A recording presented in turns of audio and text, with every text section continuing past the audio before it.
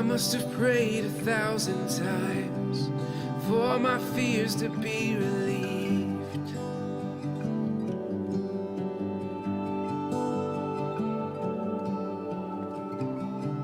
I laid awake 1,000 nights, wrestling with my unbelief.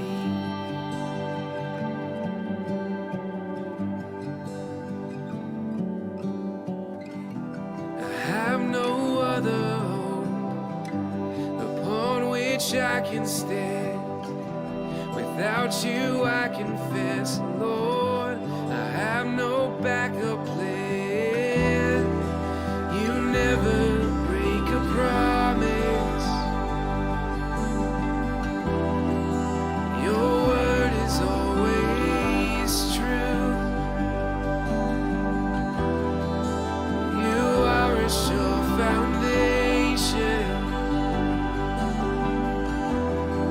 Lord, you've always come through.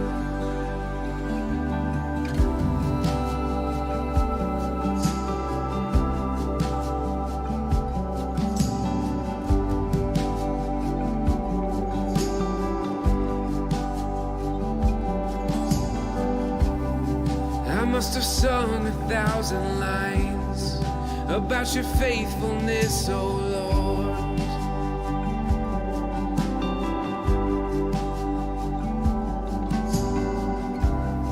And I must have seen 1,000 signs that you were good for every word.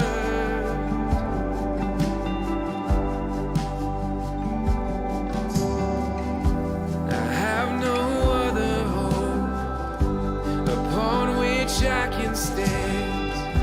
Without you I confess, Lord, I have no backup plan. You never break a promise. Your word is always true. You are a sure foundation. Lord, you've always come through. Your plans are always perfect. Your timing's always right. Your presence is the gift that makes my heart to sing. I will trust in you more than what my eyes can see. I will trust in you more than what my ears can hear. I will trust in you more than what my hands can touch. I will trust in you to overshadow every fear. I will trust in you more than what my eyes can see.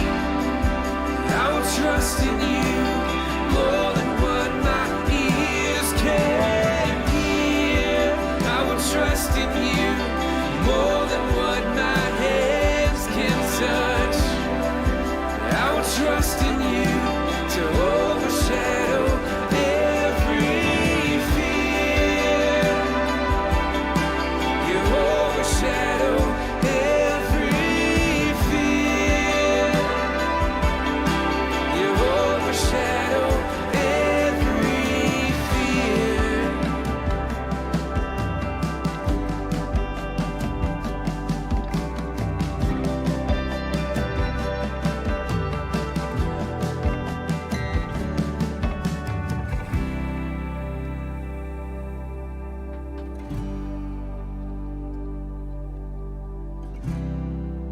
You never break a promise.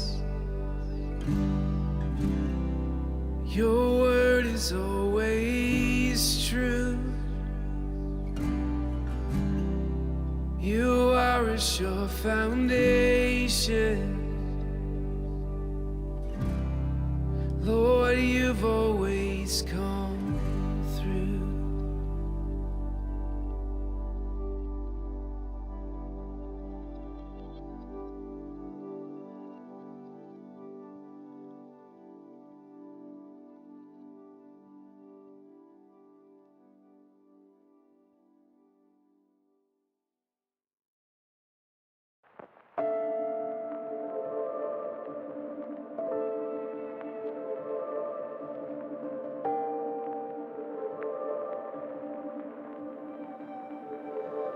when I was dead.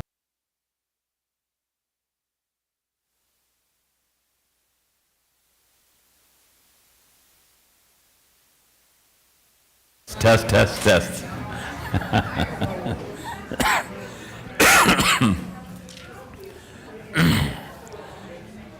Good evening, everybody. Good evening there, preacher. Welcome back. Thank you. Teenagers with, where'd he go? With Mark. Oh, there he is. Okay. And Christine, the kids get to go with Christine, so time to go to class. Everybody enjoy the dinner. Yes. Thank you, Linda, and anyone else that helped her. We appreciate it so much. She didn't bake the cake. She didn't hear me. Didn't bake the cake, right? It's good to be back. We've missed you. We had a tremendous trip, eye-opening in many ways. So it was just a great time to go to Europe. We first went to Paris and then to Barcelona, caught a ship in Barcelona and went to Gibraltar, and then back up north to Marseille, and then around into Italy. Made 3 stops in Italy, and the last 2.5 days were in Rome. Saw all the ruins of the Colosseum and the Forum, and you get into those buildings, and those ruins are 2,000 years old, and of course everything's destroyed pretty much. But to see that, it makes you wonder, how in the world could people 2,000 years ago have made that kind of construction, and that's actually some of it still standing today? You know, it just amazes me. And so it was a very educational trip in lots of ways, very fun. When our group gets to go together someplace like that, it's a tremendous bonding time for us. So I love our team, and it's special to be able to spend time together and making trips like that. So it was really, really valuable for us as far as our relationships are concerned. And some of us went on the trip sick. Some of us came home sick. So I was okay until yesterday. I thought I was going to get by without getting anything, but anyway, it's here. We'll do our best to get through this tonight, and happy to be back. And we don't have any long excursions planned for quite a while, so. If you got the schedule, I'm ready. Anybody have anything you'd like to share before we get started tonight? Any word that God has given you, something that has really spoken into your life that will speak into the rest of us? The Djokovic, the top tennis player, seeded #1, always gives God the glory more than any other. I watch all the sports my whole life. The #1 Christian athlete sports is the Djokovic. Got a good character, gives God the glory, gets on a knee. So amen. And he's an example. When young men have athletic ability, what are they supposed to do? They're supposed to perfect it and go out and give God the glory when they win. Did he win the U.S. Open? Yes, he did. Good. I wasn't sure because Yeah, tough. for some reason I took off and went someplace else. Didn't get to see those final matches. Anybody else? That's one thing very important. It's what I really like about him and Christian athletes that do really stand up for the Lord. It encourages us in the relationships we have to make sure that we speak for Jesus with those that we're around and let them know that we are followers of Christ more than anything else. And we do the things we do for God's glory and for His honor. And so that's very valuable, and I thank the Lord for many Christian athletes that really stand up for their faith and let people know that they are following Christ, so that's very good. And Djokovic does a great job in sharing his faith. Anybody else? Okay. We have a new baby. That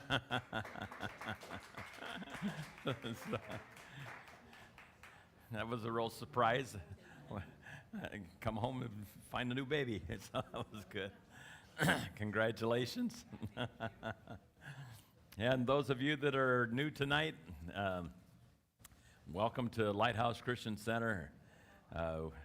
We want you to be a part of our family. That's what's important for us, is that you realize that we care about you and do our best to find a place for you to fit in this fellowship as we work together for God's glory. Okay, tonight we're in Genesis chapter 23, chapter 33, not 23. Genesis chapter 33, verses 1 through 20, the whole chapter. And we've been discussing Jacob, transformed from deceiver to prince of God. Last week, Toni talked a little bit about Jacob, his name being changed to Israel. And there's the context of that word and so on is quite interesting, because Israel means struggles with God, wars with God, all those kinds of things. And some of the commentators use the expression then that he was the prince of God, because he was he struggled through life with God himself, and in those struggles he grew in faith and development his character, and so he was known as the Prince of God as far as the Old Testament is concerned. Key verse for tonight, Genesis 33 verse 4. I love this because it shows us something that is so valuable, so important. But Esau ran to meet Jacob and embraced him. He threw his arms around his neck and kissed him, and they wept. That was exciting. Last night when we got home, we landed at the airport in San Diego, and we had to wait for our vehicles to get to us, and we were standing outside of the airport, and all of a sudden I heard these squeals. A girl jumps out of a car, and there's another girl that had just flown in, and they were so excited to see each other. And in front of us, they didn't care who was around. They just grabbed each other, hugged each other, cried together, and so happy to see each other. And it was so neat to see, because I thought, that's the way it is when you all of a sudden find friends that you haven't seen for a long time.